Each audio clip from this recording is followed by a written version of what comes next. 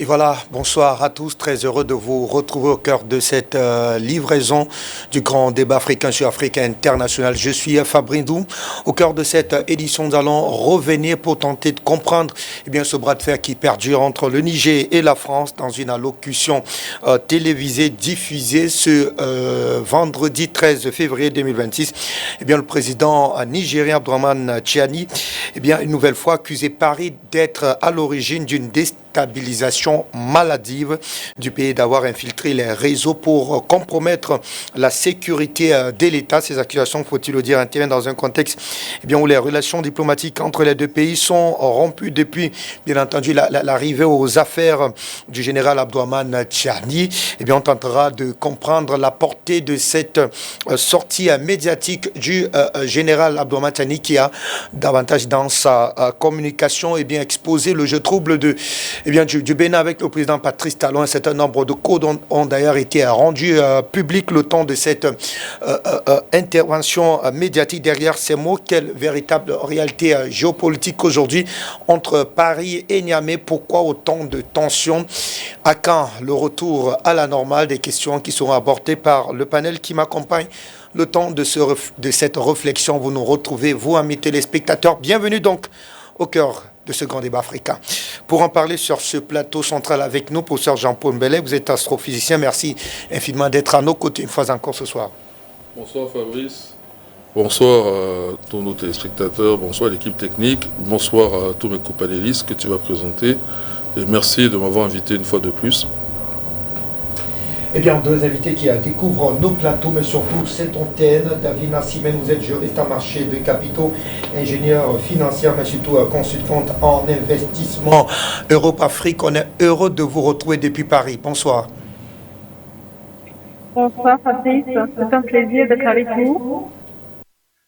Nous travaillons toujours pour l'émancipation des pays africains. Je pense que c'est toujours le cœur du débat. La géopolitique et la géoéconomie font cause commune. Voilà, c'est pour ça que nous sommes toujours investis lorsqu'il s'agit de comprendre et de faire comprendre aux Africains les enjeux géopolitiques dans lesquels nous sommes embarqués depuis près d'une quinzaine d'années. Je suis ravie d'être parmi vous. Merci infiniment, vous, chère dame, d'être à nos côtés. Il y a un autre qui découvre effectivement ce plateau, Bertrand Tatinda, qu'on ne présente plus, analyste politique. Merci de nous retrouver au cœur de cette réflexion, Bertrand. Bonjour Fabrice, je te retrouve dans une autre vie, j'ai l'impression que tu es partout. Et je suis très content d'être là, c'est ma première fois d'y être. Les studios sont très beaux, le quartier est beau. Je retrouve un aîné, le professeur Bélec. Je suis content de le voir, on se verra peut-être demain.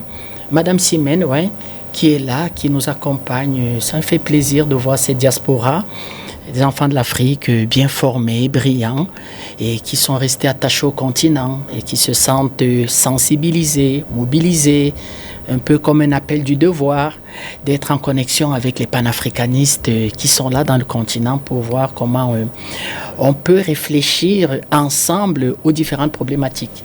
Merci de m'avoir invité. J'espère que ce ne sera pas la dernière fois. Un bonjour à Jérôme.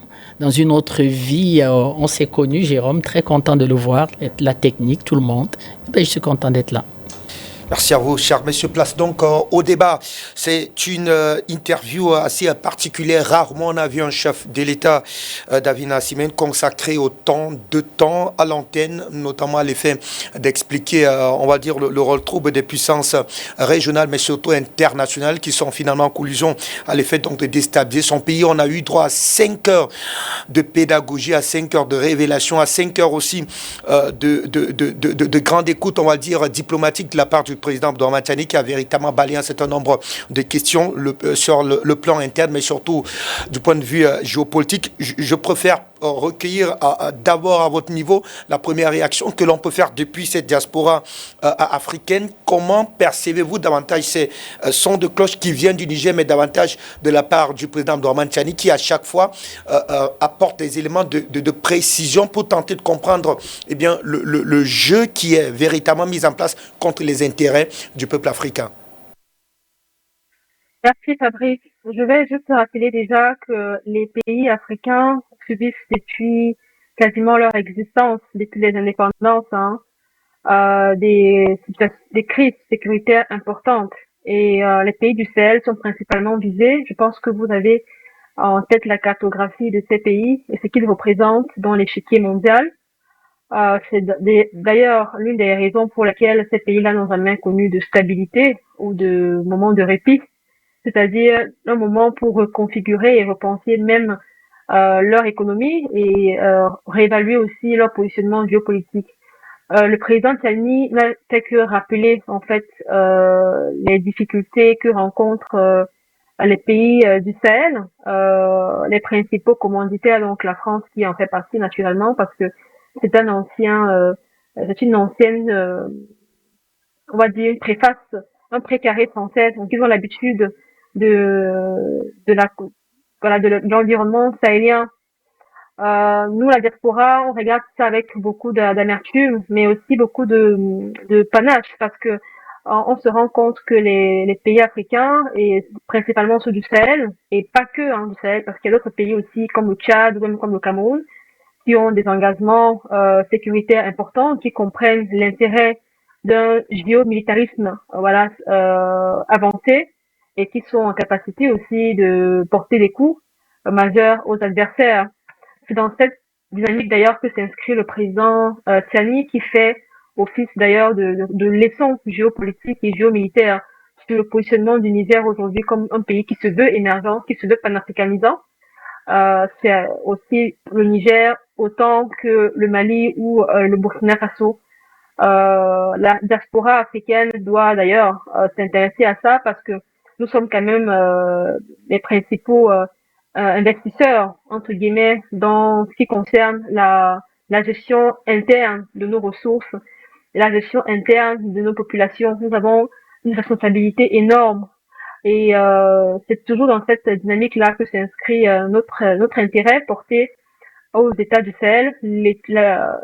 La situation sécuritaire est préoccupante, mais elle est aussi évolutive. L'alliance de l'AES est dans une réponse à ces besoins de consolidation sécuritaire et surtout de faire front aux impérialistes, voilà, de vieilles traditions. Et Monsieur Macron et ses acolytes n'en sont pas en reste. Voilà. Davina, pour cette première prise de parole. Retour sur ce plateau avec vous, professeur Jean-Paul Bellec.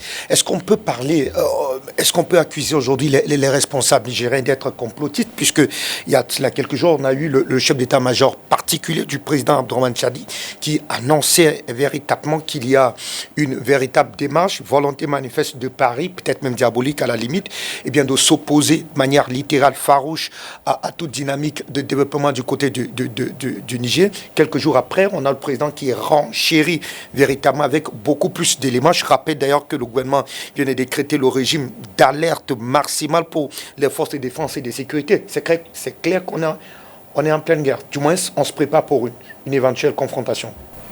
Oui, il n'y a pas de complotisme. Donc déjà, je rappelais que la France est coutumière du fait. Déjà à l'époque du général de Gaulle, pendant la guerre du Biafra, qui a duré de 1967 jusqu'en 1970, il y avait un soutien déclaré de la France vis-à-vis des sécessionnistes biafrais. L'argument de la France, c'est que le Niger était trop grand. Leur idée, c'est de partitionner le Nigeria. Hein. C'est les mêmes gens qui ont, par exemple, eu la même politique vis-à-vis de la Russie, partitionner la Russie. Et les gens avaient réagi aussi violemment. Hein. J'ai essayé de retrouver sur Google, parce qu'il me semble bien qu'à l'époque, le général Gowon, Yakubu Gowon, avait déclaré la guerre à la France. Ah, oui, c'est ça qui a fait même trembler De Gaulle, et De Gaulle a commencé à reculer. Oui, parce que l'engagement français pour le Biafra a été total. Les médecins sans frontières, tout ça est né à ce moment-là. Mais j'ai essayé de faire une fouille sur Internet. Malheureusement, côté français, j'ai fouillé aussi anglais, mais j'ai passé plus de temps dans le français. Et il y a pas, ils disent que le Nigeria était froissé, mais il n'a jamais déclaré la guerre. Ah, moi, il me semble que le général Gowon avait fait un discours où il menaçait la France de guerre s'ils continuaient leur soutien au Biafra. Oui. Donc la France est coutumière du fait, pour une raison quelconque, on ne sait pas, parce qu'on me dira que le Niger, c'est une ancienne colonisation française. Oui, mais le Nigeria, Ça aussi, c'est l'ancienne colonisation française. Pourquoi la France s'y implique plus que d'autres États? Et surtout de façon visible. À l'époque, les Français n'avaient pas honte. Il y avait la Légion étrangère, il y avait des légionnaires qui luttaient du côté des Biafrais. Il y avait, mais je dis que Médecins sans frontières, ça s'est né à ce moment-là. En fait, on ne savait pas, nous. Aujourd'hui, on sait que les ONG en question sont des agences de renseignement et de transfert d'armes. On ne savait pas que dans les avions de Médecins sans frontières, il y avait des armes et qu'il y avait un transfert de renseignement. Aujourd'hui, on le savons. Donc, on est mieux préparé. Donc, ce n'est pas du complotisme, c'est simplement que le général Tchiani a pris cette habitude, et elle est bonne pour nous, d'informer le peuple. Il faut que le peuple soit informé. Il éduque le peuple. En fait, le peuple a l'information, en même temps, il est éduqué. Et c'est la meilleure façon de préparer un peuple au danger. Ce sont des États qui sont assiégés en permanence par les terroristes, des armées informelles de l'OTAN. Voilà. Et donc, c'est mieux de préparer le... Donc là, je pense que c'est... Et puis, souvenez-vous, il y a à peine... ça remonte à moins de 5 ans, 5 ans maximum. J'ai répété plusieurs fois dans une autre chaîne panafricaine que vous connaissez tous, que moi, je serais heureux même, disons content, satisfait, qu'il y ait un affrontement direct entre les États de l'AES et la France, qu'on les batte une fois pour deux, qu'on batte l'armée française, pas comme ils font de temps en temps, il y a des Français tués, on voit les cadavres. Non, ils viennent, tout le monde sait qu'ils sont là, on les bat. Parce que ça va libérer tout le continent africain, même mentalement. Ah oui, ils viennent là, avec toutes les alliances qu'on a, et l'entraînement militaire que les armées de l'AES ont déjà, contrairement à l'armée française, qui n'a pas le même entraînement, ils viennent, et puis on est sur notre terrain, on les bat, on les fouette, comme les Vietnamiens ont fait à l'époque. On les fouette correctement et je t'assure que l'avenir de l'Afrique va échanger. Même Trump va plus s'amuser avec le Nigeria parce que les Nigériens vont être indexés. Je viens de rappeler ce que Gowon avait fait. Comment ça se fait qu'une puissance comme le Nigeria se plie à Trump, il envoie des troupes sans vergogne, et c'est comme si c'était chez lui, et soi-disant pour lutter contre les terroristes, alors qu'on sait que ces terroristes-là, c'est une armée informelle de l'OTAN. Et que Trump fait partie de l'OTAN, c'est même un des chefs. Le grand chef même de l'OTAN. Voilà. Donc, non, pour moi, il n'y a pas de complotisme. Je pense que c'est bien de préparer le peuple. Et puis, tout ça, c'est la confédération de l'AES, non? Mais le général, pas le général, le capitaine Ibrahim Traoré avait bien dit qu'on va être bientôt dans une phase, il faut qu'on se prépare à une phase de guerre de haute intensité, non? Tout à fait. Bon, voilà. Donc, depuis qu'il a dit ça, on se prépare. Maintenant, on peut y aller, on est prêt. Et s'ils ne font pas attention, l'AES est ami avec la Russie, l'Iran et la Chine. Non, ça c'est pour que les Français comprennent. Hein. Donc nous, on peut très bien avoir des missiles hypersoniques. Oui, l'AES peut en profiter, les missiles hypersoniques. Et s'il y a les missiles hypersoniques, l'espérance a montré aujourd'hui que l'armée qui a les missiles hypersoniques est difficilement battable. Au contraire, elle a un super avantage. Donc je dis, j'encourage le général Tchiani dans sa prise de position, qui est courageuse, et il ne faut pas qu'il recule. Il n'y a pas de concession à faire. Cette rigueur dans le combat est salutaire pour le continent africain. Ça fait partie des choses qui vont mettre l'ensemble du continent devant un défi de libération totale, ou alors qu'on rendra visibles les vrais esclaves. Les esclaves qui ne veulent pas que le peuple devienne libre. Je parle des dirigeants esclaves, des puissances étrangères, dont occidentales en particulier, et qui ne veulent pas que les peuples africains soient libres. Ils seront rendus visibles. Et tout le monde qui est pour la liberté devra avoir le même courage et se préparer de la même façon en conséquence, et informer son peuple de la même façon que le fait le général Tchiani. C'est vraiment très bien ce qu'il fait, à mon avis. C'est très salutaire. Et je ne pense pas que ce soit de l'esbrouf. On dit non. On verra. La France s'engage, on s'engage aussi, ils ramassent une raclée. On n'a pas été les attaquer chez eux. C'est eux qui viennent créer le désordre chez nous. C'est eux qui voulaient absolument renverser le Niger. Vous vous souvenez pas? À travers le Niger, il y a le Bénin, et la CEDEAO, pour renverser, et soi-disant libérer un Bazoum qui a dit que l'armée nigériane était moins armée que les terroristes. Tout à fait. Alors, est-ce qu'il valait la peine de rester au pouvoir, ce Bazoum? Puisqu'aujourd'hui, c'est le contraire. Aujourd'hui, sans Bazoum, l'armée nigérienne est bien armée. Je crois d'ailleurs que dans cette interview, le président Tchiani a rappelé qu'il a parcouru, je crois, quelque chose comme 40 000 kilomètres de route à l'intérieur du pays à l'effet d'évaluer le niveau de sécurité sur le territoire nigérien. Il a rappelé qu'il a roulé 2 jours, il a roulé de nuit. Il ne s'est pas heurté à une quelconque résistance du point de vue des activités des groupes terroristes, comme pour dire quoi. C'est vrai, en sécurité, me dira-t-on, il n'y a pas de risque zéro, mais la menace terroriste, elle a significativement été éradiquée. Peut-être pas éradiquée, mais... Non, significativement éradiquée. Tu as dit significativement. Tout à fait. Donc tu peux mettre éradiqué. D'accord. C'est significativement. On n'a pas dit zéro. Ouais. Significativement éradiqué. Voilà. Donc Bazoum mérite de l'être, même il faut le juger en fait. Qu'est-ce qu'il fait en prison? Il faut le juger. Donc les résultats sont là. Et ce n'est pas de l'esbrouf.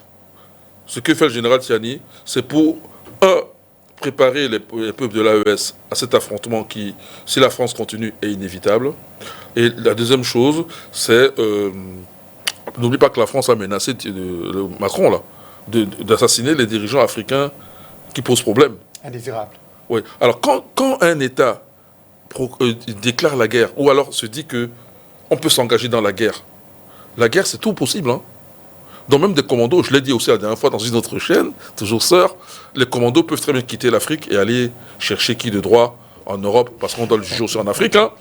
Ah, ça change des perspectives, hein.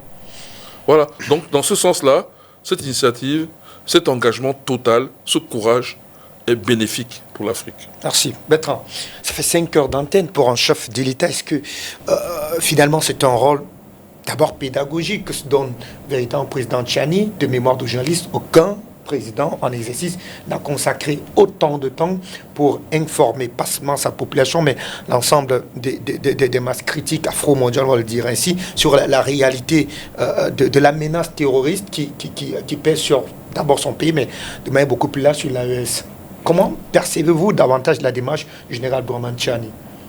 J'ai perçu sa démarche comme la démarche de quelqu'un qui tenait à s'exprimer, à dire au peuple de l'AES, aux Africains, que rien n'est gagné.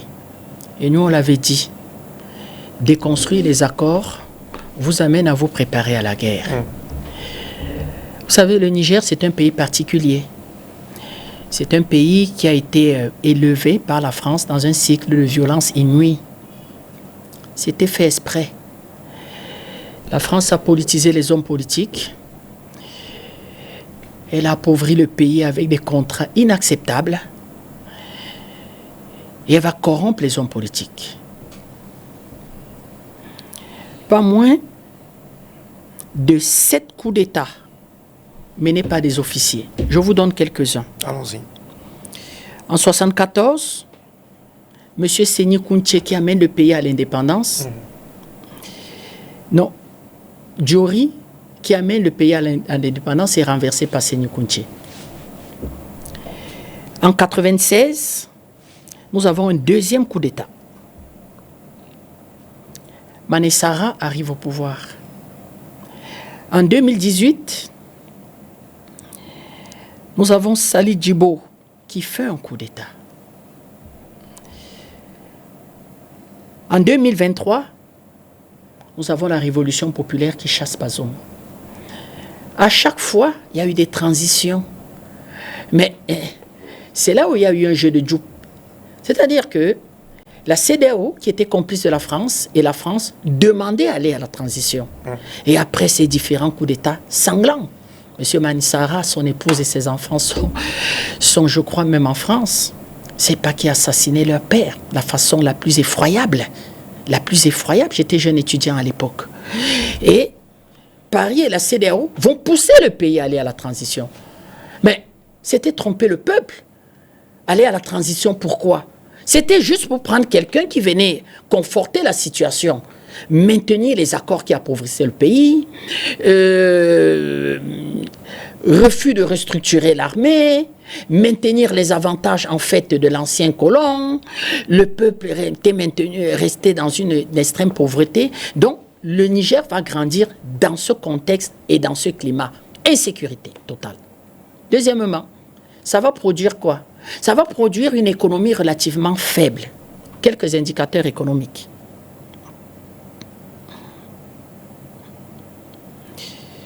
Le Niger, c'est un produit intérieur brut de 20 milliards de dollars. C'est pas terrible. pour un pays qui regorge de nombreuses matières premières. Et la matière première stratégique est l'uranium. 30 millions d'habitants aujourd'hui pratiquement. On parle de 30 millions d'habitants. Mais ils ont 20 milliards de dollars. Mais comment avec 20 milliards de dollars, vous arrivez à répondre aux attentes d'une population qui manque de tout? Il faut qu'elle soit bien logée, qu'elle mange bien, que l'économie soit soutenue, qu'il y ait une santé adéquate, l'école de qualité. Comment avec 20 milliards de dollars? Vous ne pouvez pas. Donc, le climat d'insécurité qui a été porté par la France, les matières premières qui ont été cooptées, raptées, volées par des contrats lyoniens, vont produire ces indicateurs économiques. Croissance économique de 10,3%. Un gros paradoxe. 10,3%. Cameroun, on n'arrive jamais à le faire. Le président Biya se tord de douleur. Il a difficilement 3,4%. Ils sont 10,3% au Niger. Mais le pays est potentiellement pauvre, entre guillemets pauvre. Comment vous pouvez expliquer qu'on a une croissance forte? La Chine est sortie de sa pauvreté avec 10,3% de croissance, c'est-à-dire une croissance à 2 chiffres. Mais là, il y a une croissance à 2 chiffres et le pays reste pauvre. Voilà les paradoxes en quelque sorte. Le pays a un produit intérieur brut de 700 $ par habitant. Pas terrible. Au Cameroun, on est à 2000 $, c'est très peu. 700 $ par habitant. Le pays a une inflation, un taux d'endettement de 47% par rapport à son produit intérieur brut. Pratiquement pas endetté. Donc, quand on regarde en gros ces indicateurs, eh bien, on se dit quand même qu'il faut que les choses changent. Autrement dit, on va aller dans un cercle d'alternance, de changer d'individus à la tête du pays et avoir ces indicateurs économiques où on crie à la télévision, hurrah, les bazoums, on a 10% de taux de croissance. Guillaume Soro appelle ça du flafla. Bref, une croissance qui correspond à rien, qui n'enrichit pas. Vous avez une économie de rente, vous vendez du mil, du millet. Excusez-moi, je ne mange pas beaucoup de mil. Pas que ce soit pas très bon le mil, c'est bon le couscous de mil, mais je veux dire que je suis loin du Niger, j'arrive pas à trouver du mil. Donc, il faut vendre combien de tonnes de mil pour pouvoir bitumer 50 km de route. Pourtant, si la France avait priorisé le patriotisme, c'est-à-dire que encourager ce pays, aider ce pays à aller à une véritable révolution économique de façon à ce que des patriotes arrivent et disent Nigériens, Nigériennes, on va se mettre au travail comme Mao. Première révolution à gagner, révolution verte. Eh bien, mettre le Niger au travail de façon à ce que le Niger soit dans le top 5 en termes de production céréalière. Ah, là, ça change déjà. Parce que le blé, le maïs sont des valeurs boursières. Et quand tu as du blé, eh bien, c'est une valeur boursière. Si tu transformes du blé, et comme le disait le professeur Bellec, Madame Davina, eh bien, une coopération avec la Russie et la Chine, des entreprises qui se mettent en joint venture, eh bien, vous avez du matériel pour transformer une valeur boursière qui est la céréale. Eh bien, là, les devises rentrent. Et c'est ça, effectivement, que la France a empêché, a refusé, jusqu'à ce que la révolution de 2023 arrive et que le peuple se dise, on ne peut plus vivre de cette démocratie qui nous brandit des indicateurs économiques qui ne sont des indicateurs économiques intéressants que sur le papier, alors que quand vous regardez la population, excusez-moi de le dire, ce n'est pas une injure à ce pays, les zones rurales du Niger sont extrêmement pauvres. Donc, le président Tiani est là dans une démarche politique et économique pour inverser les indicateurs. Avoir 3%, 4% de taux de croissance, mais une croissance de transformation, une croissance enrichissante, que d'avoir 25% de taux de croissance, où vous avez 25% de croissance qui est en fait basé sur la vente, comment je vais dire, que de matières premières non transformées sur ce qu'on peut appeler une économie de rente. Donc, nous regardons ça et nous disons, c'est bien, il y a un début en tout. Ça a pris langue au Burkina Faso, au Mali. Quand vous regardez le code d'investissement au Cameroun, le code minier du Cameroun, il est très intéressant. Le Tchad se met à cette école. Le Centrafrique a modifié sa constitution pour se mettre à cette école. Eh bien, on se rend compte que ça commence à prendre des vagues. Et là, il faut le dire aux Africains qu'il n'y a pas de bien-être sans travail. Donc, dire aux populations africaines, aux populations de l'AES, qu'il y aura un prix à payer, qu'elles travaillent, de travailler et de gagner d'abord la première révolution, qui est la révolution verte, de façon à faire de ces pays de véritables pays autosuffisants sur le plan alimentaire. Le reste vient après. De fait, le reste arrive. Mais déjà, bien manger, arriver à bien se soigner et comment je vais dire que aller à l'école. Merci. Professeur, je retrouve sur les événements du 28 au 29 janvier dernier, on en sait davantage désormais après cette communication du général Dramane Tchiani. Pour lui, Paris avait, c'est vrai que ce qui a fouetté au lendemain de cette attaque contre l'aéroport international de Niamey était là. Les médias occidentaux ont vite fait de faire la fixation autour d'une supposée cargaison d'uranium qui serait véritablement emmagasiné du côté de l'aéroport, mais le général Dramane Tchiani s'est voulu clair et précis dans sa communication. Il a d'ailleurs déclaré que l'objectif du raid était de détruire les capacités aériennes de l'armée, mais ce qui n'a pas été le cas. Alors, clairement, Paris veut... Est-ce qu'il est quelque part, il veut clairement affaiblir, on va dire, les capacités militaires du Niger avant véritablement de mettre en place on va dire quoi, cette série d'attaques qui était véritablement préparée contre l'OP. Est-ce que c'était ça la stratégie dans le fond? Le général Tchiani a répondu à la question. Ceci dit, la France de Macron. La France de Macron. D'accord. Emmanuel Macron. D'accord. Qui n'est que la continuité de celle de Hollande, et même continuité de celle de Sarkozy. Ces gens-là ont mis leur pays, un pays qui se veut impérialiste, qui se vante de sa colonisation, alors qu'elle a été une des plus catastrophiques sur le plan humain, voilà, n'est plus armé pour, mais n'agit pas en conséquence. Je pense que le pragmatisme anglo-saxon est beaucoup plus réaliste. Je répète, c'est-à-dire que la France se veut toujours colonialiste. Elle se veut toujours impérialiste, en tout cas dans ce camp-là. Elle veut toujours prendre pour moins cher tout ce qui est africain dans la zone qu'elle avait colonisée, et même dans les zones où on n'a pas colonisé. Elle veut tout être, soi-disant parce qu'ils ont une arme atomique, soi-disant parce qu'ils ont un siège permanent au Conseil de sécurité de l'ONU, jouer les grandes puissances. Mais elle n'a plus les moyens de sa puissance. J'ai déjà dit plusieurs fois dans des émissions que les armes atomiques françaises, là, comme ils gonflent le torse avec ça, n'est-ce pas? C'est pas sûr qu'elles sont opérationnelles. Eh bien, j'ai entendu un général le dire. Je vais donner son nom, c'est le général de Lavarde. Il faisait une interview avec Dieudonné. Le général de Lavarde. Il a reconnu. Il n'a pas été contredit? Il a été contredit par qui? Il était seul sur le plateau avec Dieudonné. Dieudonné. Militaire, oui, mais après, il peut y avoir un communiqué de sa hiérarchie militaire qui rappelle effectivement... Même s'il contredit, il a déjà dit, moi je ne suis pas au courant de leur contradiction, je ne suis pas au courant. Mais ce qui est sûr, c'est que lui, il a dit. Et il a donné son expérience. Parce que lui, il est à la retraite, hein. Il n'est plus d'actif. Ceux qui sont d'actifs ne peuvent même pas parler. C'est devenu des... Je ne vais pas dire des gros mots, mais... Bon, bref. Ils n'osent pas parler, n'est-ce pas? Le prétexte, c'est la grande muette, tout ça. Mais c'est pas vrai.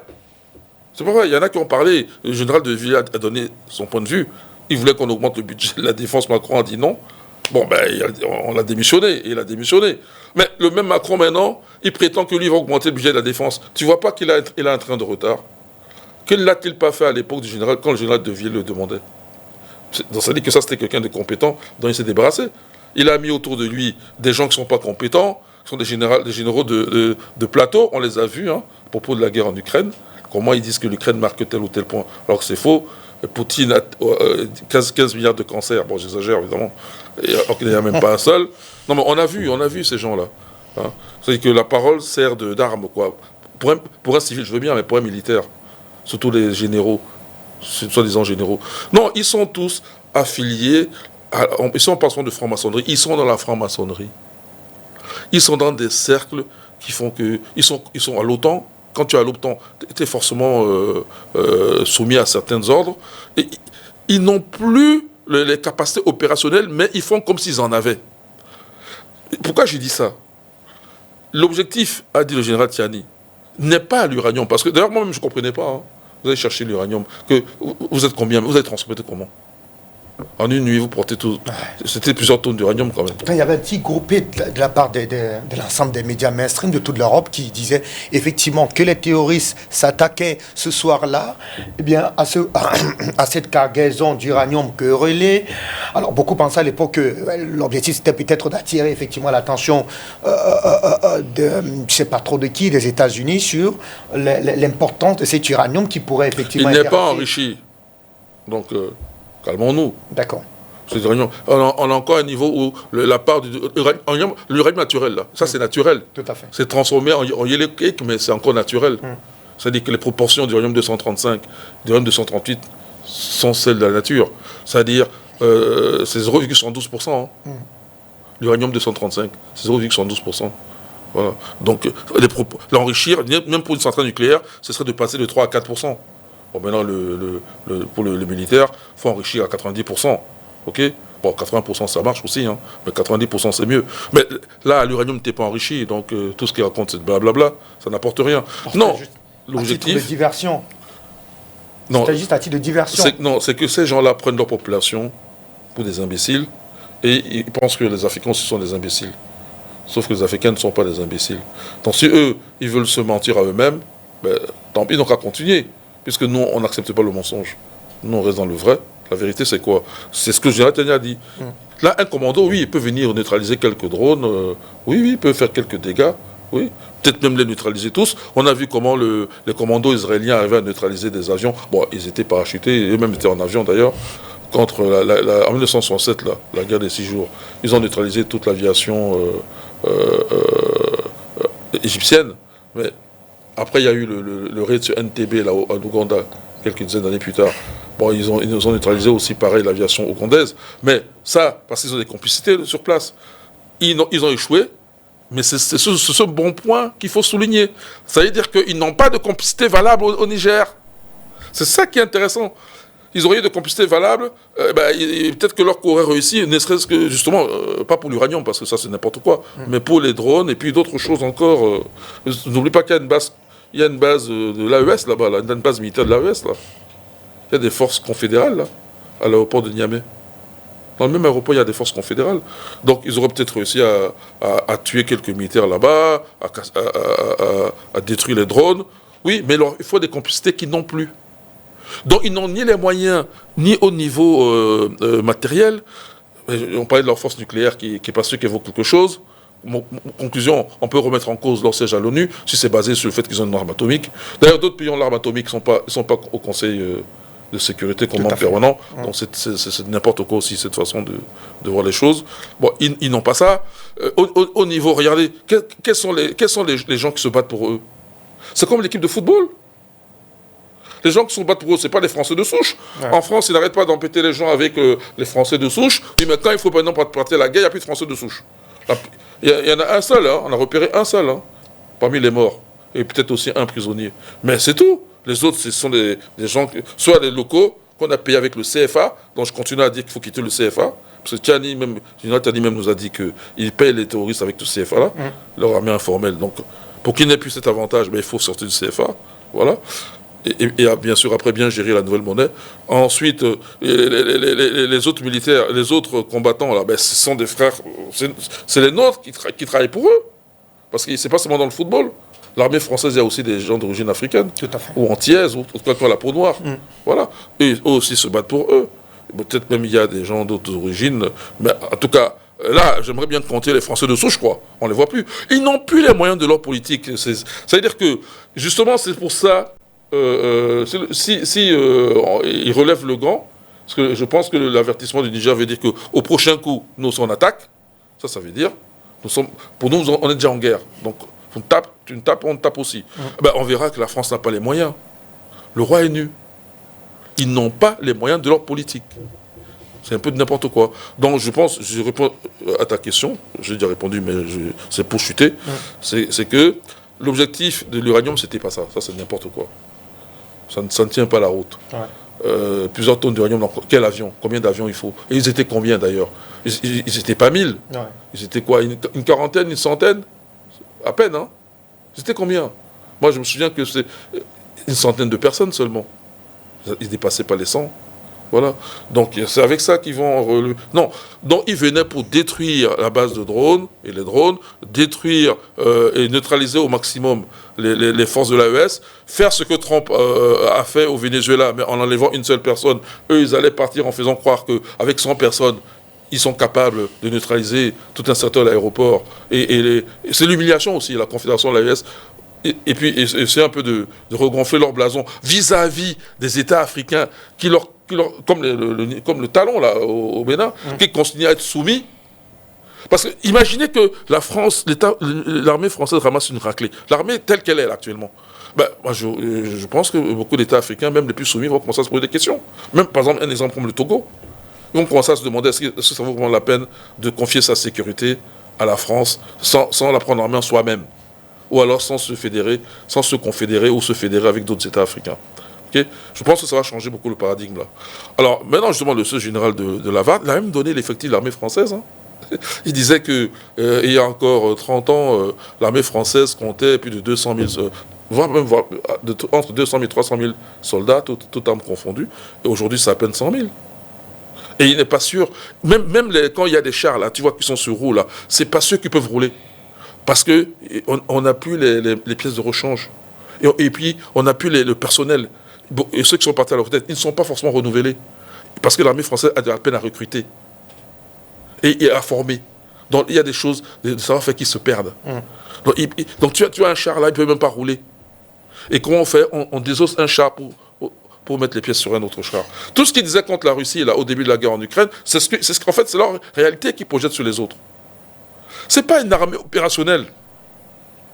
C'est une guerre de haute intensité. D'autres officiers français nous avaient appris que c'est une guerre de haute intensité. L'armée française tient au maximum, c'est 2 semaines, hein, je suis même gentil. Il y en a même qui disaient 1 semaine seulement. Une vraie guerre de haute intensité, 1 semaine, même ils ont du mal. Et pour transporter les troupes, il faut qu'ils fassent appel aux États-Unis. Bon, les Américains disent débrouillez-vous, non, on n'est plus là avec vous. Vous faites comment? À la demandade. D'autant plus que lui, il va mettre en jeu le Groenland. Bon, donne-moi le Groenland. Tu dis, tu ne veux pas donner, bon, mais débrouillez-vous. Tu fais comment? Un suicide collectif pour voilà.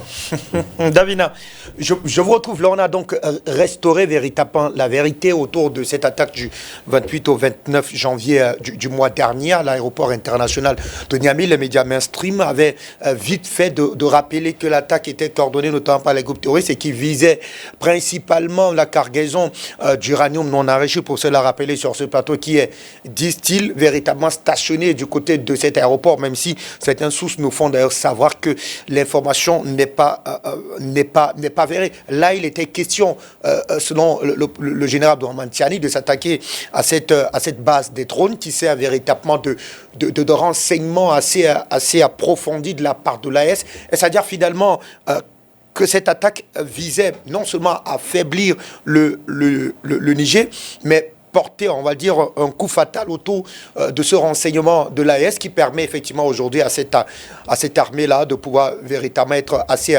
avant-gardiste sur un certain nombre d'attaques terroristes préparées contre ces 3 pays. Tout à fait, Fabrice. Vous savez, lorsqu'on vise en un aéroport international, on touche à la crédibilité de l'État. Donc, si vous avez une attaque aussi ponctuelle qu'elle soit, et quelle attaque, elle touche en fait à un nœud logistique de l'État, la sécurité de l'État en réalité. Et c'est un centre de contrôle aérien stratégique pour un pays comme le Niger et naturellement tous les pays du Sahel. Aucun pays au monde ne peut se permettre de laisser sa sécurité fragilisée et surtout se faire attaquer sur l'un de ses principaux aéroports en réalité. Je crois qu'il faut aussi noter la faiblesse stratégique de la France. Je pense qu'ils sont en colère déjà et ils sont dépassés.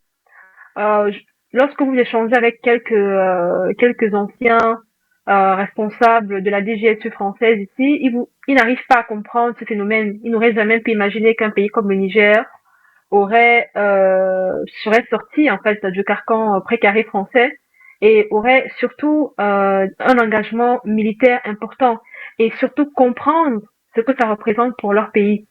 Ça, c'est la première des choses. Et comme le professeur Jean-Paul Bellec l'a dit tout à l'heure, la France est dépassée déjà de 1, mais n'a même pas les moyens pour venir pour contrecarrer en réalité, stopper l'hémorragie. Voilà. Et ça, c'est aussi une réponse déjà à l'instabilité qu'on voit sur le plan géopolitique, c'est-à-dire que les pays européens qui sont très très attachés au positionnement, au commandement américain, aucune décision ne peut être faite pour attaquer un pays africain sans que la France ait le soutien des Américains. Et nous savons aujourd'hui que Donald Trump, de parti un peu yankee et only, donc unilatéral, ne s'intéresse pas réellement à ce que la France ou les élites françaises pensent, que ce soit dans le cadre même des pays africains, parce que dans la vieille tradition néocoloniale, c'était on avance ensemble, et donc s'il faut déstabiliser un pays africain ou une zone sahélienne, on le fait ensemble. Maintenant, l'avantage que nous avons ou pas, c'est le positionnement de Donald Trump, donc qui se permet de faire lui-même sa propre politique en Afrique, et donc les pays européens et la France qui est complètement larguée sur les questions sécuritaires en Afrique. Et je rappelle toujours à chaque fois que la France a eu le temps de retravailler, de, re, de reconsidérer ses relations avec les pays africains. Le Sahel est l'une des zones où la France a eu de nombreuses opportunités pour reconsidérer son positionnement, que ce soit au niveau du Niger avec justement la fameuse question, l'épineuse question de l'uranium, mais sur d'autres infrastructures. Je rappelle que le Niger n'est pas simplement producteur d'uranium. Il y a d'autres matières premières extractives qui sont très importantes dans le marché géoéconomique. Parce que lorsque votre pays dispose de matières extractives, de ressources extractives, par le mécanisme des dérivés, vous pouvez aussi avoir un positionnement géopolitique important. Tous les pays qui ont un conditionnement en ressources naturelles important peuvent le faire. La Chine est l'un des pays d'ailleurs qui a, je dois dire, le plus de libellés en matière de dérivés au monde. Voilà. Et un pays sahélien comme le Niger, qui est un pays avec d'énormes ressources. Dans ce cadre-là, comme le mil, on a parlé du mil tout à l'heure, on a parlé de l'uranium, qui sont des valeurs extrêmement importantes, ou de métaux lourds, par exemple, sur les marchés internationaux. Donc, c'est un constat simplement déplorable. Je pense que le Niger a très bien compris. Le président Tani a rappelé dans son allocution l'entretien qui a duré quand même 4 à 5 heures, rappeler au peuple du Sahel qu'ils ne viennent pas de n'importe où. Ils ont aussi une base anthropologique. Il a fait vraiment l'historique, l'inventaire des grands rois et des grandes nations et des grandes figures qui ont fait le Niger et qui ont fait les peuples sahéliens. Il l'a rappelé à maintes reprises pour dire que le Sahel et les peuples de cette zone-là ne sont pas des personnes en manque de capacités. Donc ils ont déjà des capacités intrinsèques. C'est simplement la capacité surtout de transformer le paysage anthropologique en quelque chose de manifestement plus intéressant pour l'avenir des États de cette zone. Voilà. Et lorsque nous qui sommes membres de la diaspora, nous on comprend ça, on comprend les enjeux, on arrive à soutenir ces initiatives-là. Le peuple du Sahel et principalement nigérien est déjà au courant et au fait de ça. C'est pour ça qu'ils ont soutenu cette révolution. Ils se sont manifestés pour que la France soit mise à l'écart de ce qui engage l'État nigérien. Et on ne peut pas se permettre aujourd'hui, avec tout ce qu'on voit sur l'échiquier mondial, de ne pas tenir compte et ne pas sécuriser les espaces. Ça, c'est la première des choses. En matière de développement économique, tout se fait d'abord par la sécurité. Donc, s'il y a même s'il faille qu'on développe davantage des théories sur comment est-ce qu'on gère les questions économiques, il faut déjà qu'on ait des questions sécuritaires. Et je pense que c'est l'une des principales préoccupations des pays du Sahel, États du Sahel, en ce moment. Donc, les dynamiques qui sont en train de s'opérer sont de nature à répondre déjà, même en simple prémisse, répondre déjà aux besoins de positionnement, mais surtout de faire avancer, de faire mûrir le peuple sur des questions plus stratégiques. Le président Tchani a rappelé aussi les conditionnements, enfin les conditions de nomination de dirigeants à la tête de grandes entreprises nigériennes et qui ont un impact sur l'économie réelle. Lorsqu'on parle d'industrie réelle, on tient compte de l'économie réelle. Voilà. Et il a majoritairement expliqué ça dans son entretien. Ça tient compte aussi donc de l'espace sécuritaire, de comment est-ce que ces pays-là se déploient. Et aujourd'hui, dans les guerres hybrides, les États utilisent les drones. C'est une vieille tradition maintenant. On peut attaquer une zone enfin, on n'a pas besoin de déplacement d'un char pour le faire. Aujourd'hui, avec des drones, aucun pays au monde n'est à l'abri des drones. Chacun sait simplement comment l'utiliser avec l'intelligence artificielle, avec la technologie. Je crois que les pays africains ont la capacité aussi de développer de manière intrinsèque leur initiative en matière de gestion des drones et en matière de sécurité, parce que ça a un impact manifestement là-dessus. Voilà, ça c'est, je pense, on va dire, dresser le bilan de ce que ça représente pour l'État nigérien, mais surtout l'évolution sécuritaire dans la zone du Sahel, parce que si vous déstabilisez le Niger, vous déstabilisez les deux autres pays. Et je rappelle aussi que le Niger partage une longue frontière avec le Tchad, donc ce sont des pays qui ont des conditions sécuritaires très importantes. Le Cameroun également, à d'autres égards.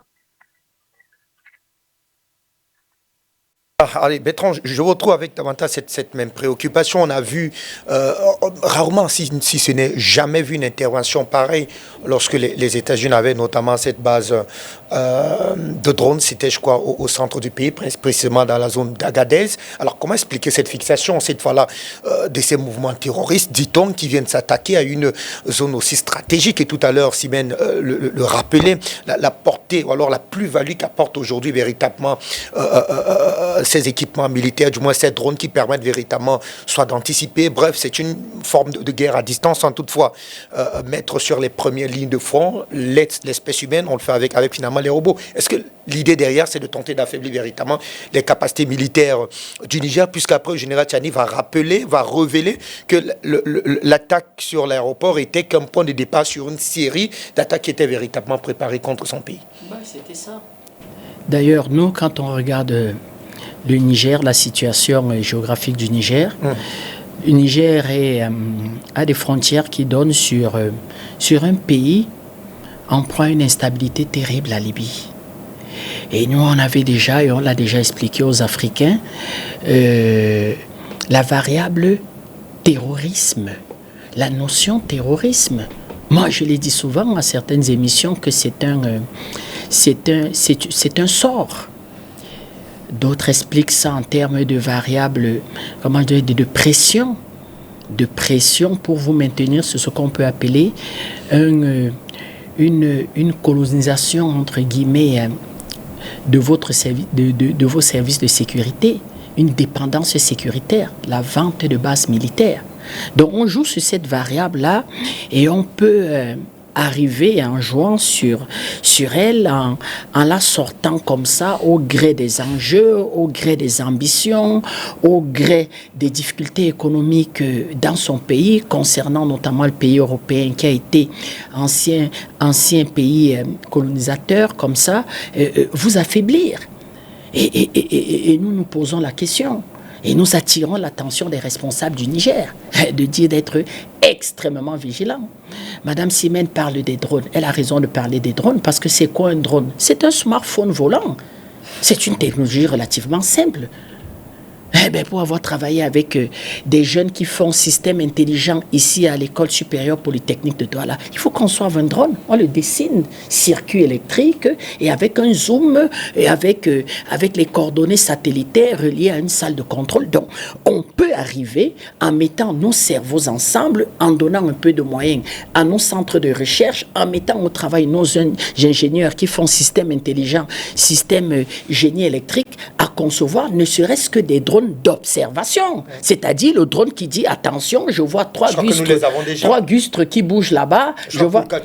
Mais non, mais vous les drones d'information, peut-être pas les drones. Oui, mais vous les achetez encore en grande partie. Le fait, c'est pas de les avoir. Le fait, c'est de pouvoir les produire et pouvoir dire attention, moi je vois 5 gustres qui bougent là-bas. Attention là-bas, il y a 50 mobilettes qui migrent vers et donner les coordonnées. Donc le Niger n'a pas eu ça. Deuxième des choses, on s'est posé la question, qu'est-ce que 1000 tonnes d'uranium font à l'aéroport? C'est ça le problème, en fait. Non, ça c'est l'information. C'est pas certain. Des sources que moi j'ai eues me font savoir que c'était la diversion. C'est comme tout à l'heure je disais, il y a eu une forme de tir groupé de la part des médias mainstream qui rappelait que il y a 1000 tonnes d'uranium à l'aéroport. Mais comment peut-on garder 1000 tonnes d'uranium à l'aéroport? C'est pas moi qu'il faut poser la question. Vous dites que c'est pas sûr. Ça veut dire que vous êtes dans la démarche du verre à moitié plein. Ça peut être sûr. Vous me dites c'est pas sûr. C'est pas sûr n'est pas une réponse. C'est pas sûr n'est pas une réponse irréfutable. Ça peut être sûr. Je repose la question. Qu'est-ce que 1000 tonnes d'uranium potentiellement peuvent bien faire dans un aéroport? Ça vous va comme ça la question? Et nous avons posé cette question à nos amis du Niger. Bon, effaçons cette histoire d'aéroport. Qu'ils aient stocké 1000 tonnes d'uranium, c'est là le conflit. Parce que Paris vous explique que ce sont mes 1000 tonnes. Et Paris attaque sur le plan judiciaire, estime que la société a été nationalisée, c'est en quelque sorte leur... comment on appelle ça? C'est le cake quoi?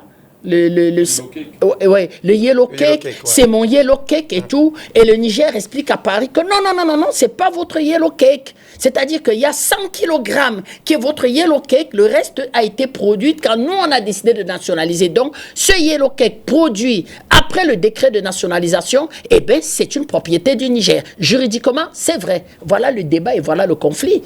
Et Paris se dit, à partir du moment où l'action judiciaire ne peut pas arriver à me faire rentrer dans mes droits, qu'est-ce que moi je fais? Eh bien, j'essaye de voir comment je peux jouer sur la variable terroriste. La variable terrorisme. D'ailleurs, il faut bien définir le terrorisme. Le terroriste, est-ce que c'est la même notion? Je ne suis pas convaincu qu'eux, ils comprennent ça comme étant une notion différente. Et les Africains, je ne sais pas s'ils se disent que effectivement c'est la même notion. Et on en arrive à ce qui est arrivé là. Donc, déjà, c'est bien que le Niger l'ait compris. Déjà, c'est bien que le général Tiani a pris un certain nombre de mesures. Déjà, c'est bien de nous démontrer que l'Alliance fonctionne à fond. Il y a même un acteur que vous ne citez pas. Lequel? Qui travaille bien avec le Niger. La Russie. L'Italie. Ah, d'accord. Les soldats italiens ont donné le leur pour soutenir les forces nigériennes. Vous voyez donc que la position de Paris, certes sur le plan judiciaire, dans sa, comment je vais dire que sa démarche d'embobiner l'Union européenne ne marche pas parce que l'Italie explique que tes déboires avec tes anciennes colonies, eh bien, nous on rentre pas là-dedans. Madame Meloni est pas beaucoup ne croient pas à la sincérité de Meloni. On croit peut-être qu'elle fait un discours de circonstance. Je ne parle pas de la sincérité de Meloni. Je parle des troupes italiennes qui étaient sur les lieux et qui ont apporté un soutien, comment je vais dire que à l'armée nigérienne, qui ont soutenu les forces nigériennes. Et d'ailleurs, l'Italie a participé au ratissage. Vous savez que quand vous mettez fin à une pareille aventure, eh bien, pratiquement sur 100 km à la ronde, il faut faire des ratissages. Eh bien, les troupes italiennes étaient engagées dans le ratissage. Et qui est patron, en quelque sorte, du militaire? C'est le politique en Italie. Madame Meloni est présidente du Conseil. Aimez-la, ne l'aimez pas. D'ailleurs, je ne l'aime pas beaucoup, j'anime pas son fan club. Mais, excuse-moi, elle n'est pas sur la même longueur d'onde que M. Macron. Elle n'a pas la même position, en quelque sorte, que M. Macron. Les Russes ont joué leur rôle à fond. Donc, nous disons qu'effectivement, au-delà du désaccord commercial. Il n'y a pas de désaccord commercial. Le Niger a nationalisé. Les règles de nationalisation sont claires. Le Niger explique que nous, on peut vous retourner vos 100 kg de yellow cake. Eh bien, maintenant, il faut voir dans quelle mesure organiser les forces de sécurité, sécuriser le pays et surtout aller à ce que je peux appeler la coopération de la réflexion et de la recherche. Je rappelle, un drone, au départ, c'est un smartphone qui vole. Aussi simple que ça. Ça prend des photos et ça renvoie à un centre de contrôle. Et puis maintenant, on a mis un peu des options. Drone kamikaze qui vient se jeter sur la cible, drone d'attaque et tout. Mais au départ, le drone volait et prenait des photos. Donc, au moins, on peut faire ça. Parce qu'on peut produire aujourd'hui les smartphones, c'est-à-dire la carte mère d'un smartphone. Un enfant qui est brillant, qui fait DUT d'électrotechnique, eh bien, te sort la carte mère d'électrotechnique d'un smartphone. C'est-à-dire qu'un enfant qui fait un diplôme d'université technique, là, il peut le faire. Et maintenant, on peut y mettre des zooms, c'est-à-dire pouvoir mettre un système de zoom qui permet d'avoir l'image agrandie et le relier à un centre de contrôle. C'est-à-dire qu'avec une connexion Internet de bonne qualité, avec un réseau satellitaire, et nous avons des partenaires, effectivement. Et On peut aussi avoir des satellites quand même. Moi, je suis un peu déçu d'un pays comme le Cameroun, qui n'a pas encore lancé son premier satellite. Le Sénégal en est à son 3e.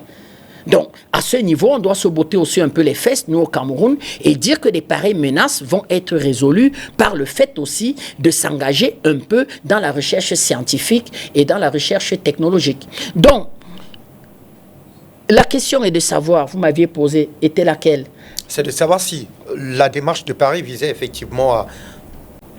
La démarche de Paris brise à neutraliser les capacités militaires, ça c'est vrai, à reproduire ce genre d'attaque, à jouer sur la variable terrorisme et à, comment je vais dire, communiquer de façon négative sur ces 3 pays en expliquant qu'ils n'ont pas de démarche, ils n'ont pas de vision, ils n'ont aucune orientation. Ce sont des militaires qui sont des assoiffés de pouvoir, donc la communication à outrance, c'est pour ça que nous, de notre côté, nous devons donner du répondant et on doit constamment être sur les antennes à expliquer aux jeunes Africains, aux jeunes Nigériens, l'enjeu de cette affaire, de dire qu'effectivement que non, c'est pas une histoire de conserver le pouvoir, c'est une histoire, comme l'a dit Madame Simène, premièrement, d'installer un climat sécuritaire, parce que je vous ai dit, en 50 ans, il y a 8-9 coups d'État.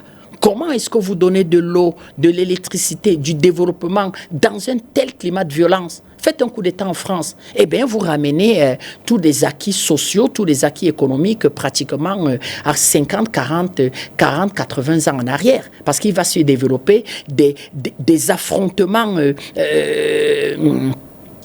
militaires, sécuritaires dans pratiquement toutes les régions de France. Or, le Niger en a connu 8-9 coups d'État.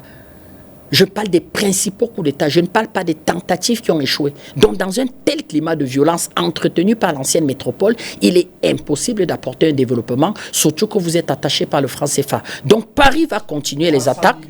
CFA, c'est d'ailleurs la prime qui a été mise par Paris à l'effet donc d'organiser cette attente. C'est-à-dire que 200 millions pour préparer l'attentat. 300 millions de francs CFA. Oui, 300 millions, mais je dissèque les 300 millions. 200 millions pour préparer l'attentat, Tiani le dit, et 100 millions pour être, comment je vais dire, la phase opérationnelle et récompenser en fait ces petits malheureux, ces petits voyous qui ont commis ces actes. Donc, oui, effectivement, oui, le Niger vivra encore de pareils épisodes. Donc, il faut la coopération de tous.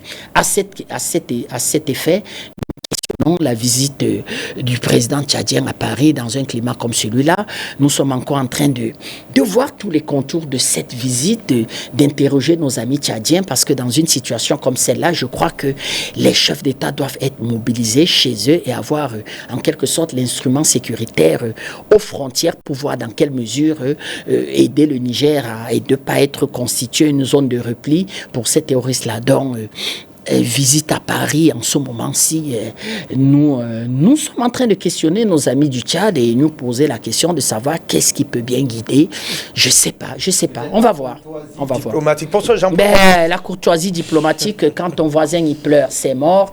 Quand ton voisin est attaqué de plein fouet, quand Davina vous explique qu'un aéroport qui est attaqué, vous êtes en plein cœur de votre souveraineté attaqué, et ton voisin il festoie à Paris et il rend la politesse à M. Macron, il du bon vin. Enfin, on verra bien. Nous questionnons nos amis du Tchad, on s'interroge à ça et on verra bien.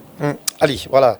Revenons effectivement de cette mission, sur cette mission bilatérale de soutien à la République du Niger par le gouvernement italien. On parle d'un effectif de près de 350 soldats italiens qui sont actuellement déployés et qui n'ont aucun problème et qui collaborent très bien avec les forces de sécurité. Tout à fait, oui, professeur. Le ministre italien dit que leurs forces ne sont pas intervenues.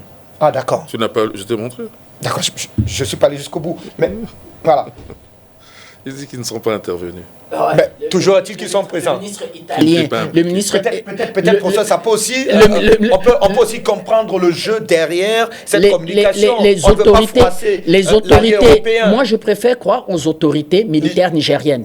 Parce que croire en Google, qui n'est qu'un ramassis de dépêches européennes, ne m'intéresse pas. Les autorités militaires du Niger estiment que les troupes italiennes, non seulement ont soutenu les éléments du Niger, mais ont participé au ratissage. Pareil que les troupes russes. Donc, moi, je préfère faire confiance, en quelque sorte, aux responsables nigériens que de parler du ministre italien qui veut plaire au Conseil européen, qui veut plaire à M. Macron. Parce que si le Niger et les troupes italiennes ne coopéraient pas, ben, vous êtes sûr qu'elles seraient parties depuis du Niger. Comment vous questionnez que l'Italie est là avec 300 hommes, c'est-à-dire dans un endroit aussi sensible que l'aéroport avec les Russes, où il y a une véritable coopération, et vous croyez que l'Italie ne peut pas véritablement soutenir et apporter un soutien, jouer la coopération militaire. Donc, madame, le fameux ministre italien peut raconter ce qu'il veut, il n'y était pas, lui aussi a dû attendre les dépêches pour se prononcer. Moi, je parle des responsables militaires nigériens qui étaient sur le terrain, qui saluent la présence des troupes italiennes, salue en quelque sorte leur engagement et salue la coopération avec la Russie. Quant à une déclaration d'un politique à 7000 km des lieux, qui n'était pas sur les lieux, qui ne connaît rien, qui a dû attendre les dépêches et qui veut faire plaisir au Conseil européen, ça ne m'intéresse pas ces déclarations sur Google. Justement, parlant de ce Conseil européen, comment expliquer finalement une présence militaire pareille si elle ne peut pas participer peut-être à des forces à des opérations sur le terrain? Professeur, on observe aujourd'hui une véritable contradiction au sein de ce Conseil européen. On a l'impression que chacun va désormais pour soi, chacun assume sa politique étrangère. C'est déjà le cas pour plusieurs chancelleries occidentales. Et il est clair que l'Italie ne déroge pas à cette règle-là. C'est pas la première fois. D'abord, je fais une remarque. Au départ, lorsque cette communauté européenne a été créée après les accords de Maastricht, là, et puis ceux qui a eu lieu au niveau en Espagne, là, ils étaient censés, tous les gouvernements européens étaient censés, quand ils sont passés à l'euro, après les accords en Espagne, là, c'est censé respecter une dette publique inférieure à 3%. Un déficit budgétaire inférieur à 3%. Or, ils ont tous dépassé 3%. La France dépasse 6% déjà. Donc il y a longtemps que tout ce qu'ils déclarent officiellement, ils ne le respectent plus. On est d'accord ? Et puis, je comprends, c'est le chauve qui peut. Chacun essaie de défendre... désormais sa chapelle. Voilà. Von der Leyen fait genre, il y a une Europe, celle que le dirigeant. Mais en fin de compte, non, c'est les États. Et les États, depuis la guerre en Ukraine, sont désarçonnés. Ils ont vu les limites de leur Europe. Même au niveau monétaire, ils ont vu la limite de leur Europe. Et puis Bon, l'Italie est encore là parce que, tout simplement, ils n'ont encore pas montré leur côté... Ils n'ont pas montré que c'était nuisible. Après tout, il y avait les États-Unis, il y avait la France même, au Niger. Mais ils ont tous montré leur côté nuisible. L'Italie n'a pas encore montré son côté nuisible, et même l'Allemagne. Mais ils n'ont pas encore montré leur côté nuisible. Donc, Tatsinda, tu sais, je n'ai pas la même information que toi. Parce que moi, je n'ai pas eu l'avantage d'écouter les 5 heures de général Tiani. Oui. Et je suis venu à l'émission, je n'avais pas tous les éléments. Donc, quand j'aurais écouté ça et que Tiani lui-même le dit, là, je suis d'accord avec toi. Je rejette ce que dit ce ministre italien, et donc qui essaie de tromper l'opinion. Mais je n'ai pas eu cet avantage-là. Il parle que c'est son opinion publique, le fameux ministre italien. Oui. Non, mais on peut te croire. Tu confirmes bien que le général Tiani a félicité pas le général Tiani, les responsables sécuritaires nigériens. Oui, ça revient parce que même. Le général Tiani n'était pas. Non, mais ça revient même. Les responsables militaires. Voilà, bon, mais ça va. Ils ont salué la coopération italienne, ils ont salué la coopération russe. Voilà. Et, dans l'Italie, je joue double jeu. Je signale que même en Libye, l'Italie joue son double jeu. Enfin, c'est double jeu dans le sens qu'ils sont censés obéir à la communauté européenne et à l'OTAN, mais en même temps, ils font autre chose. Non, ils ne sont pas censés. L'Italie n'a pas un contrat avec la communauté européenne. L'Italie mène sa politique. Au nom de l'unité de l'unité diplomatique de l'Union, on les voit clairement parler peut-être d'une même voix sur les questions. Il y a l'unité sur rien. Je vous rappelle que les Suédois et les Nordiques, même lors de la crise du Covid, avaient expliqué qu'ils se désengageaient du grand emprunt de 750 milliards d'euros. Et expliqué qu'ils ne vont pas payer pour la mauvaise gouvernance, la corruption de ce qu'on peut appeler la vieille Europe. Les Macron, les Espagnols, les Portugais voulaient bien cet emprunt. Ben, les pays nordiques qui ont quand même une forme de rigueur budgétaire, qui sont assez prospères, expliquaient qu'ils sont en désaccord. L'Europe, ils sont d'accord sur rien en Europe. Sur rien. Je rappelle que même pour leur sécurité, pour la souveraineté européenne, c'est-à-dire que la sécurité européenne, eh bien, le débat n'a même pas été tranché. D'accord. Parce qu'ils sont d'accord sur rien en Europe. Chacun parle pour son opinion publique. Parce que les gouvernements là-bas ont quoi? Les gouvernements ont 8 mois. En France, on en est pratiquement à 4 gouvernements pour enfin voter un budget, même encore qui a été, comment je peux dire, dont on a fini de le voter par un 49-3. Le Cornu a utilisé un 49-3 là. Ce qu'il avait d'ailleurs. Voilà. Donc l'Europe, je ne sais pas sur quel point ils sont en accord. C'est tout, ça n'existe plus l'Europe. Prof, oui. La démarche italienne, est-ce qu'elle justifie davantage, je dis, cette Europe fragmentée qui veut à tout prix tenter de reconquérir véritablement, relancer une forme de partenariat, cette fois-là, solidaire sur le continent africain? S'ils sont fragmentés, tant mieux, non? Pour venir nous coloniser, esclavagiser, coloniser en tout cas, ils ont fait la conférence de Berlin. Tout à fait. De 1884, fin 1884, janvier de 1885. Ils ont fait ça, non? Là, ils s'entendaient bien. Bon, maintenant, s'ils sont divisés, c'est nous qui allons nous plaindre. Donc, et là, ils se divisent tout seuls. Chez nous, ils viennent nous diviser par différents canaux, à travers l'argent qu'ils gèrent, à travers, avec la corruption, à travers le fait qu'ils ont des bases militaires un peu partout, là, à travers le fait qu'ils ont leurs multinationales sur place, ils ont leurs ONG, à travers les accords coloniaux que certains respectent encore, etc., etc. Ils nous gèrent, ils nous divisent. Okay. Mais eux, qui les a divisés? À part les États-Unis, mais l'Europe, c'est aussi une émanation des États-Unis. Si les États-Unis n'avaient pas voulu, il n'y aurait pas d'Europe. C'est la volonté des États-Unis qu'il y ait une Europe. Voilà. Et donc, qui les divise? S'ils se divisent par eux-mêmes. Après, pour les chrétiens ont tendance à dire que Dieu rend fou tous ceux qui veulent perdre. Qu'il veut faire perdre, en tout cas, quelque chose comme ça. Voilà. Et donc, c'est tout. Donc, ils n'ont qu'à s'en prendre à eux-mêmes. Nous, on est contents de ça. Ça nous facilite la vie. Et ça ouvre aussi les yeux à certains. Ce qui veut dire que, si je retourne l'affaire, si l'Europe est divisée, mais pourquoi nous aussi, on n'irait pas acheter les Européens pour travailler pour nous? Avec la même corruption, mais dans l'autre sens. La nôtre est positive, hein, parce que c'est un but libérateur. Et si on est libre, on les libère aussi. Tout à fait. C'est pas leur cas à eux. Eux, c'est totalement nuisible en corruption. C'est du vespasianisme. Le Vespasien, l'argent n'a pas d'odeur, non olette. C'est du Vespasien. Le César romain, là, il a mis les Vespasiens. Les Vespasiens, c'est là où on fait pipi.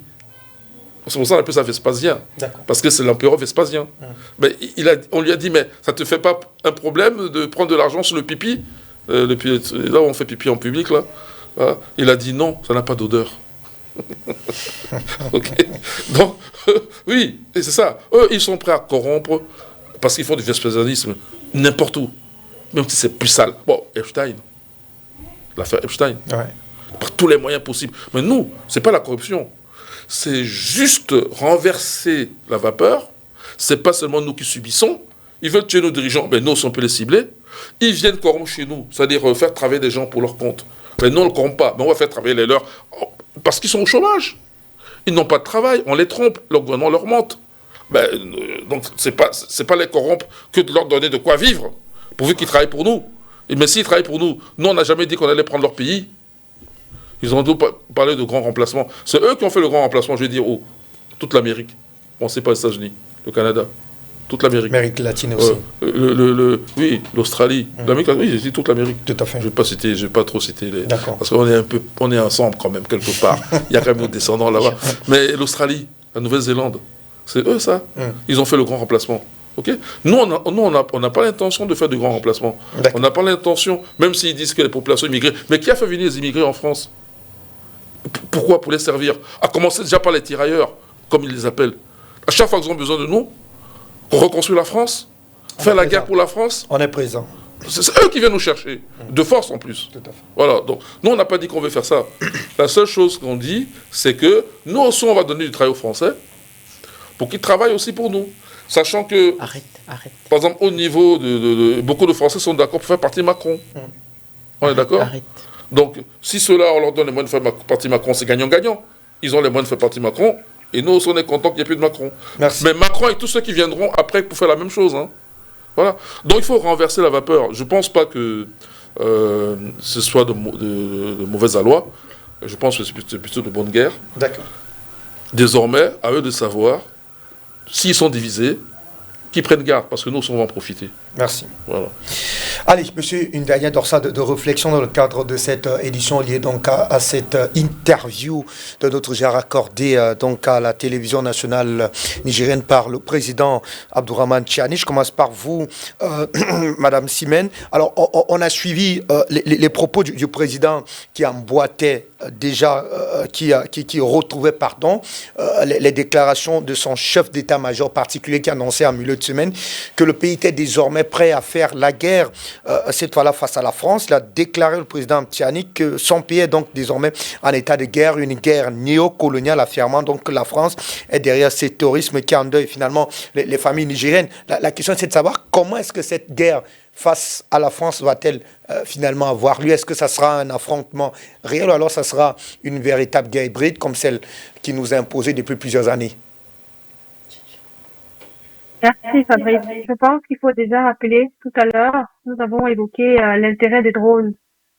Bertrand l'a souligné en vous disant que les drones, c'est une espèce de téléphone volant. C'est très important en réalité, même s'il faut faire une guerre avec manifestement la France qui est donc à l'œuvre pour déstabiliser les pays du Sahel. Ce n'est pas que le Niger qui est concerné par ça, même si aujourd'hui c'est dans le maillon sahélien, c'est le Niger qui a été ciblé. Mais il faut rappeler que tous ces pays-là aussi ont des difficultés en matière sécuritaire et la France est donc à l'œuvre pour déstabiliser davantage et décrédibiliser en fait l'engagement panafricanisant de ces États-là. Le chef d'état-major a simplement rappelé qu'il y a une prise de conscience manifeste des dirigeants nigériens et de l'AES en fait sur les questions sécuritaires. Ils savent très bien et de par les partenariats qu'ils ont aujourd'hui menés avec l'Iran, avec la Russie et même il semblerait avec l'Italie, que ces pays-là comprennent exactement ce que ça représente de se battre et surtout de prouver leur existence, parce que c'est aussi une question de condition existentielle qui touche réellement à l'identité d'un État. Ça veut dire la capacité d'être crédible, non seulement sur l'échiquier international, mais d'exister en tant qu'État. On fait bien la différence entre l'intérêt d'un État et l'intérêt d'un peuple. Donc même s'il faille qu'on entre en guerre avec un adversaire, parce que la France effectivement dans son mécanisme aujourd'hui de déstabilisation se positionne comme un adversaire, il faut aussi déjà que les pays africains et donc le Niger aient soient en pleine possession de l'archétype pour se défendre, mais surtout dissuader la France et les pays d'entrer en guerre avec nos zones. Je rappelle aussi souvent que on a difficulté à comprendre le pouvoir de dissuasion dont ne disposent pas encore les pays africains. Très peu de pays africains disposent de cet archétype-là. Parce que pour avoir la capacité de dissuasion ou de résilience en matière de défense, il faut disposer de l'armement, de pouvoir produire l'armement et donc les armes, que ce soit de manière avec les drones. Donc les drones, on a bien compris, c'est plus des guerres hybrides, mais dans une vraie bataille, il faudrait pouvoir disposer suffisamment de munitions et d'archétypes militaires pour venir à bout de ce type de situation. Je pense que le Niger en a pleine conscience et le chef d'état-major l'a rappelé dans son allocution qui était très ferme et a mis en garde la France de ses velléités et surtout que je rappelle que le Niger est un pays qui a de partenariats stratégiques avec la Russie. La Russie est l'un des principes, enfin, on va dire aujourd'hui c'est quasiment la plus grande puissance au monde en matière de puissance militaire, si ce n'est la Chine, juste à côté la Corée du Nord. Ce sont des pays qui disposent d'énormes ressources dans le domaine. Et donc, c'est toujours dans ce cadre-là que le Niger se positionne et se dit, nous sommes en capacité, non seulement avec nos propres efforts nationaux, mais aussi avec des partenaires aujourd'hui qui comprennent que l'enjeu de sécurité dans le Sahel est extrêmement important. Et voilà, la Russie être un partenaire fiable dans les différentes discussions que nous avons de sécurité en Afrique. La France ne peut pas se permettre aujourd'hui de mener une guerre avec les pays africains, non seulement parce qu'elle ne dispose pas on l'a dit, hein, on a bien expliqué tout à l'heure que la France ne dispose pas suffisamment de soutien militaire dans son propre arsenal pour venir à bout d'une guerre aujourd'hui. Le chancelier Otto von Bismarck disait souvent que l'Europe n'existe pas parce que en Europe, européistes, atlantistes, mais les alliances ne sont pas prioritaires vis-à-vis de l'idéologie des États. Donc chaque État, en fait, oriente ses intérêts selon ce que l'État représente. Donc la France, qui est très sensible au positionnement européen, est un peu larguée sur les questions sécuritaires en Afrique et ne peut pas se déployer en Afrique sans avoir de soutien. C'est pour ça d'ailleurs qu'ils essayent à maintes reprises d'intéresser l'ensemble de leurs pairs pour déstabiliser les pays africains, utiliser les médias mainstream pour décrédibiliser toute action panafricaniste qui s'effectue et qui s'opère dans les pays donc du Sahel et même les pays des régions des Grands Lacs où il y a aussi parfois à quelques égards des résistances impérialistes, ce qui est normal. Et ça touche la sensibilité de comment est-ce on tient compte des efforts qui sont menés par les pays africains. Mais il ne faut pas simplement rester dans l'effort. Et je pense que le discours donc du chef d'État est plus à entendre dans ce sens-là, c'est-à-dire les capacités intrinsèques dont dispose le Niger pour venir à bout d'une guerre avec la France. Et c'est juste un périmètre très étroit de ce que les États du Sahel pourraient avoir en leur possession pour venir à bout d'une escalade, d'une possibilité d'escalade de la France ou d'un quelconque pays européen sur le territoire sahélien. Ouais.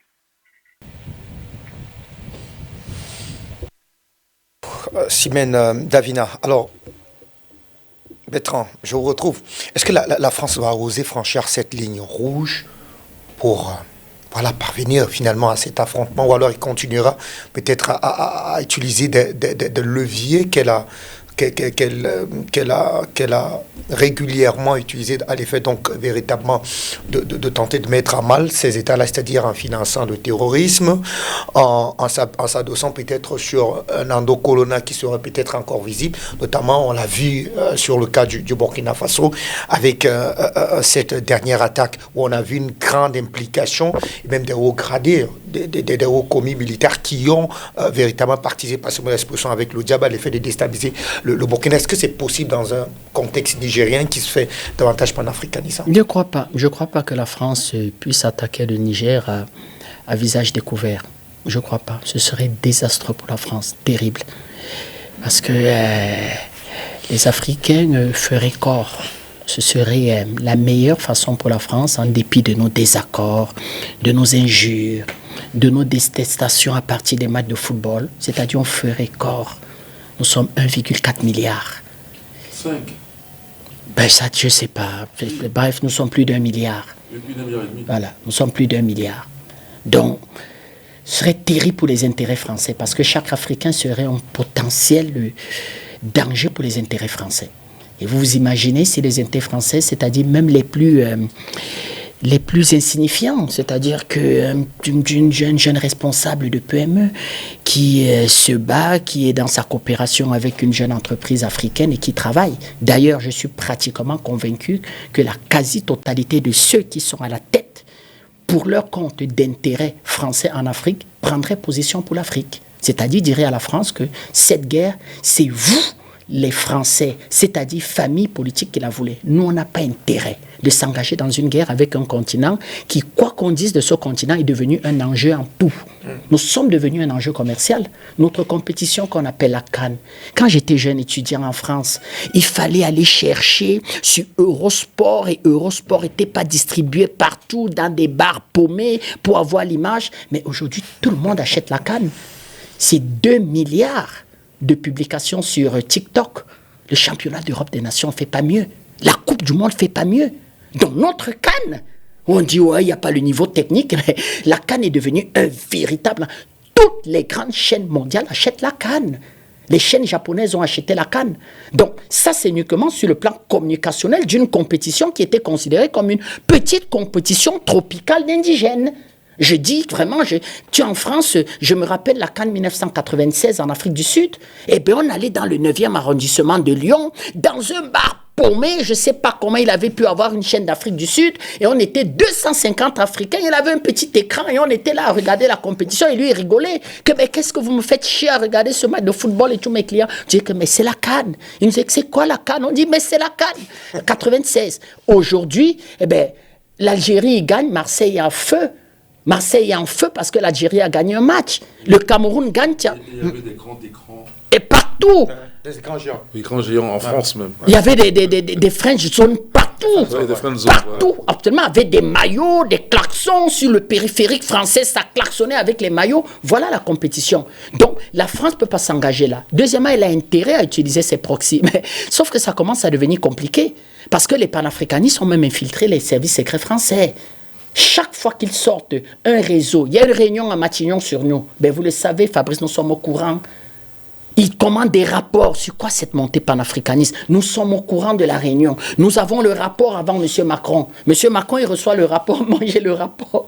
Moi, j'ai le rapport. Le dernier rapport qu'il avait commandé à la DGSE. Je m'étais permis de dire à l'antenne sur Afrique Média, puisque c'est une chaîne sœur, que celui qui veut le rapport me demande. Le soir, j'avais 250 personnes qui étaient sur mon Messenger. Monsieur Tatinda, le rapport. Et je distribuais le rapport. Donc, je passais des nuits blanches jusqu'à 4 h du matin à le rapport. Donc, elle ne peut pas. Elle peut pas. Et puis, les Européens.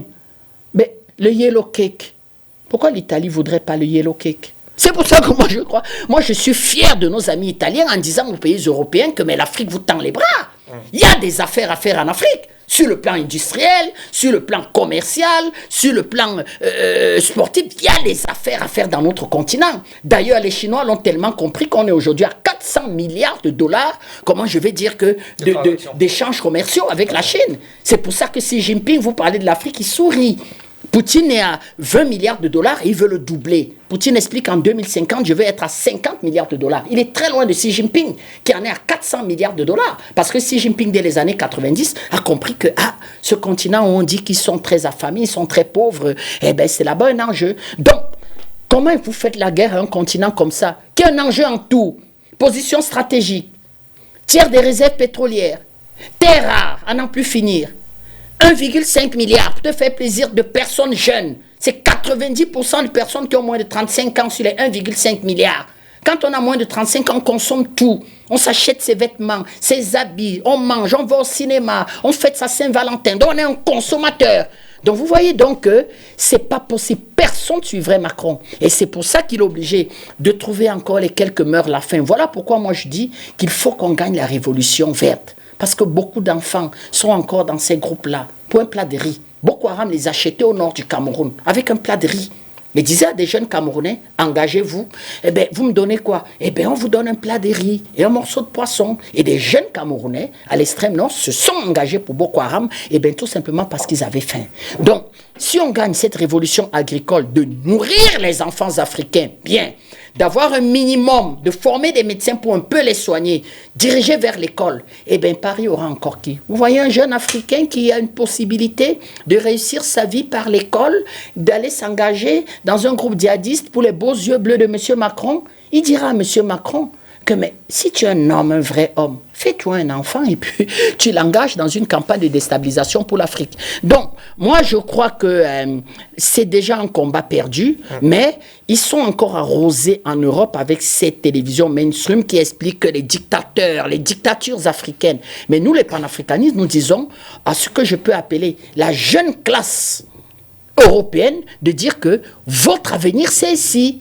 Aux jeunes patrons de PME qui sont très loin des 440, des Bolloré, de ce que je peux appeler l'industrie coloniale française, en leur disant que venez travailler en Afrique, le continent africain vous ouvre les bras, on peut être dans des sociétés de joint venture, on peut mener des centres de recherche ensemble, on peut travailler ensemble, nous sommes une possibilité de tirer la croissance européenne, votre croissance, et ça fait donc que de plus en plus on a de jeunes cadres européens bien formés qui trouvent que leur destin véritablement passe par l'Afrique. Donc il n'y a pas pas d'avenir pour le terrorisme, les déstabilisations, c'est terminé. Il n'y a plus d'avenir politique pour ça en Europe. Il n'y a plus d'avenir pour un homme politique qui est en train de rêver de ça. Monsieur Retailleau vient de déclarer sa candidature. Il nous refait du réchauffé de Sarkozy. Oh, les immigrations, je ferai un référendum. L'immigration, c'est-à-dire le réchauffé de Sarkozy qui a été vomi au bout d'un mandat. Monsieur Retailleau veut réchauffer en quelque sorte ça, en donnant l'impression que toute la misère de France est liée à ceux qui sont arrivés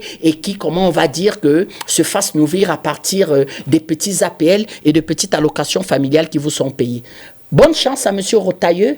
Il trouvera les panafricanistes en face, mais en même temps, nous disons, il n'y a plus d'avenir à la déstabilisation. Nous disons à la jeune Europe, aux jeunes Européens que, eh bien, si vous voulez avoir une chance de retrouver de la bonne croissance et même un certain niveau de vie, c'est l'Afrique aujourd'hui qui est le continent par excellence qui peut vous donner cette occasion. Venez travailler en Afrique en toute intelligence. Venez travailler dans nos pays de dictature, si vous voulez bien. Venez travailler sous, comment je vais dire, que les directions, les orientations politiques de nos dictateurs, eh bien, vous tirez votre épingle du jeu. Professeur, on vous retrouve, puisqu'on veut tenter de refermer cette séquence de réflexion. Beaucoup craignent effectivement que la France aille jusqu'à franchir le Rubicon, c'est-à-dire attaquer finalement l'AES à visage découvert.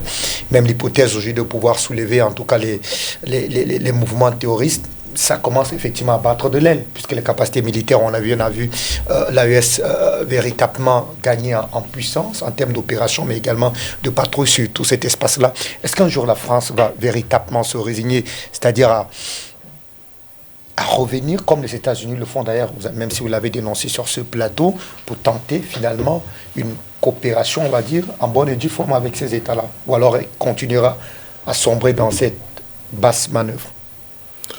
Bon, d'abord un point histoire. Tu as parlé du Rubicon.